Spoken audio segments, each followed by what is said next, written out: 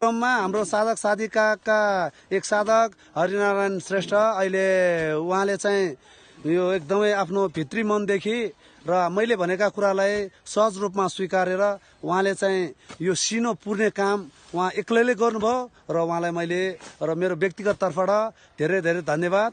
र गनाउनु दुःख हुनु र हामीलाई केही चिज मर्नु भनेको प्रतिकूल हो, तर प्रतिकूलमा पनि जो खुसी हुन सक्छ, जसले कर्म गर्न सक्छ, त्यो मान्छे मात्रै महान हो।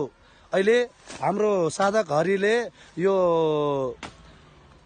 सिनो फालेको चिजलाई हामी यो सिनोलाई हामी पुर्ने कार्यक्रमको रूपमा चाहिँ लिँदाखेरि सबै साधक साधिकाहरू यो सिनो पुर्ने काम छोडेर जानुभयो। तर हरिले म पुर्छु भनेर उहाँले चाहिँ साहस देखाउनु भयो र उहाँको यो कामलाई हेर्नुहोस् र उहाँको परिश्रमलाई हेर्नुहोस् र उहाँ प्रतिकूलमा पनि खुसी हुने ताकत उहाँभित्र छ।